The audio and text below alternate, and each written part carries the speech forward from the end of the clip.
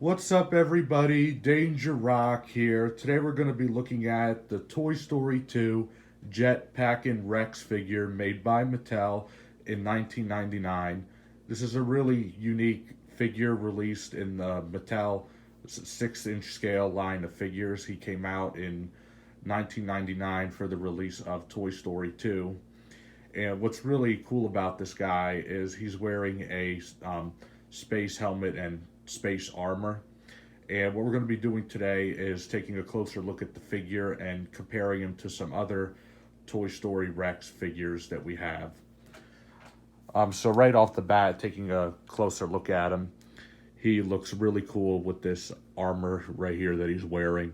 It looks very similar to what he was wearing at the beginning of Toy Story 2 when him and Buzz Lightyear were playing that video game. He had a helmet on, which was a fishbowl. But this actually is not that design. This is actually an entirely different design just made for selling the merchandising. But what's really cool about him is he does have, of course, a play feature. But what we do is we open up his helmet right here, and we could see a really nice Rex face sculpt. You can move his jaw up and down to open and close, so that's really cool that not only can we open and close his helmet, it doesn't interfere with his head movement. It doesn't pivot at all back and forth, but I think it's really cool that you can open his mouth like that. And when we close his helmet, what's really cool is we take this armor thing and we push it back. And what's cool is right here, you can see he has a button. So we push that like so. And it just kind of launches forward these like fist things that he has here. And what's really cool is his hands do move. They can't fully rotate though because of this armor that he's wearing. But what's really cool is that it kind of looks like he's in control of his suit, and it's almost like he's still playing that video game. It has these like joystick things that you can move up and down, and then you can rest Rex's hand on it, so you could kind of put it in different positions if you would wish, which is really cool.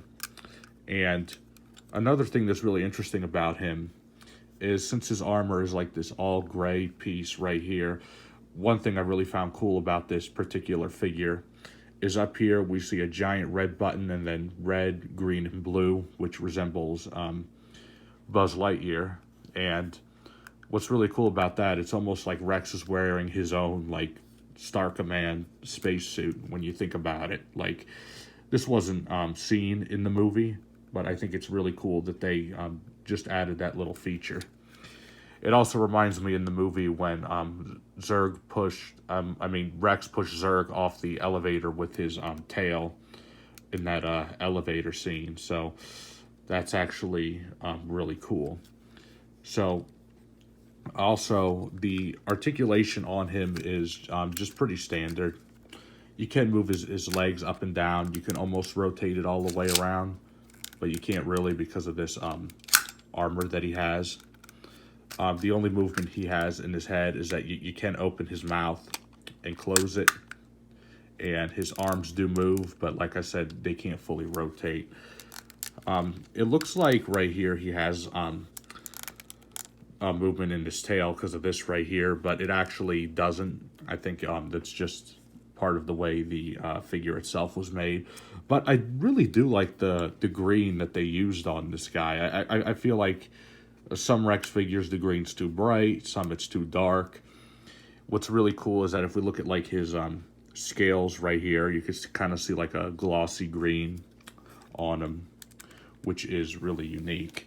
And one thing I want to compare Rex to before we get our other comparison here going is right here we have a Zurg figure, which was available at the Disney store in the early 2000s.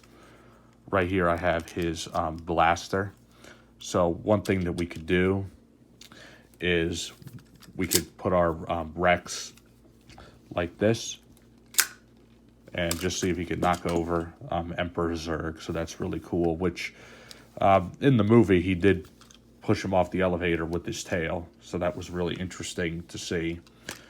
So I brought this figure in just to give you guys an idea of how big Rex really is. But if we're talking about comparisons, here's where it gets a little bit more interesting.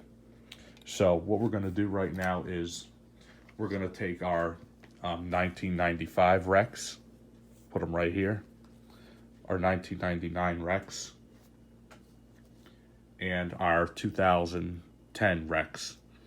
And one thing that's really interesting about this is that I believe this 1995 Rex was released by Thinkway, not Mattel.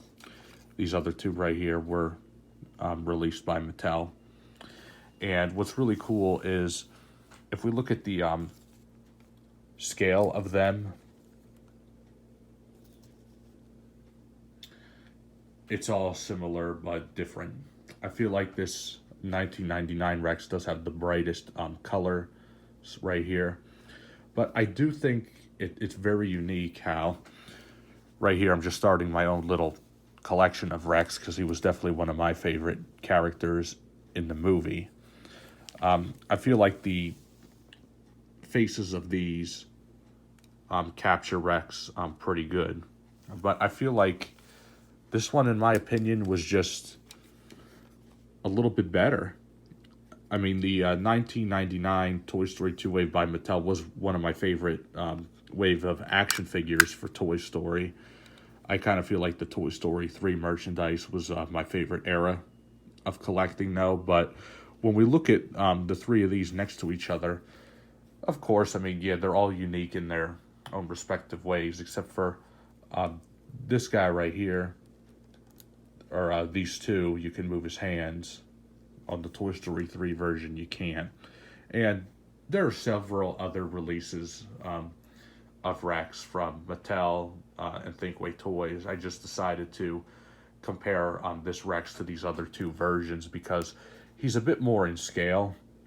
I thought it would be interesting, like here we have released in 1995 Toy Story 1 Rex, released in 1999 Toy Story 2 Rex, and right here in 2010, we have Toy Story 3 Rex, which it's easy to tell if you just look at the years at the bottom here that these were released. I believe this one right here got released a couple of different times. But regardless, though, this is a really nice, unique figure compared to the other two. I was able to find Rex here at a thrift store, and when I found him, I thought he was definitely a must-have because I've never seen a Rex like this, especially that he's got the Buzz Lightyear buttons and color on him. And when I did some research on him, he's very expensive to find mint on card. I've seen him going for like hundreds of dollars, which is very interesting. And loose, he did not cost much at all. You should be able to get this guy for pretty cheap. But when I saw this, that was the thing that stood out the most to me on the figure. And it was a must-have for me, especially if you like Rex. So I would highly recommend it if you could find them for a decent price. So, yeah, this has been my review of the Toy Story 2 Jet-Packin Rex. If you like this video, please leave a like. Please subscribe to my YouTube channel. Once we reach 1,000 subscribers on this channel, I will be doing a full collection video, so definitely stay tuned for that. Guys, let me know in the comments down below if you ever had this figure, if it brings back any happy memories for you, and what do you think of this guy compared to some other Rex figures that are out there. I really look forward from hearing from you guys. Thank you guys for watching as always, and I'll see you guys on the next video review.